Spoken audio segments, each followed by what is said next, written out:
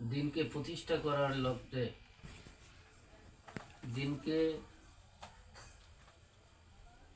আরো সামনে এগিয়ে নেওয়ার জন্যে আমরা এখানে যে বসতে পারিছে, এই জন্য মনিবের দরবারের শুকরিয়া। আমরা সবাই বলি আলহামদুলিল্লাহ। আপনাদের সামনে সূরা বনী ইসরাইলের একটা আয়াত তেলাওয়াত করেছি। এর আগে সম্মানিত এই ওয়ার্ডের সেক্রেটারি এই আয়াতটাও আপনাদের সামনে বলছেন।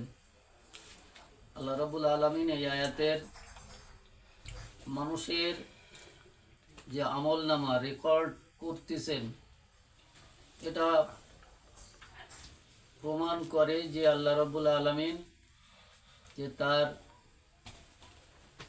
অগণিত ফেরেশতা রয়েছেন, প্রত্যেকের কাঁধে নির্ধারণ করে দিয়েছেন, মুকাররর করে দিয়েছেন। এটা লিপিবদ্ধ হচ্ছে আমাদের অজান্তে।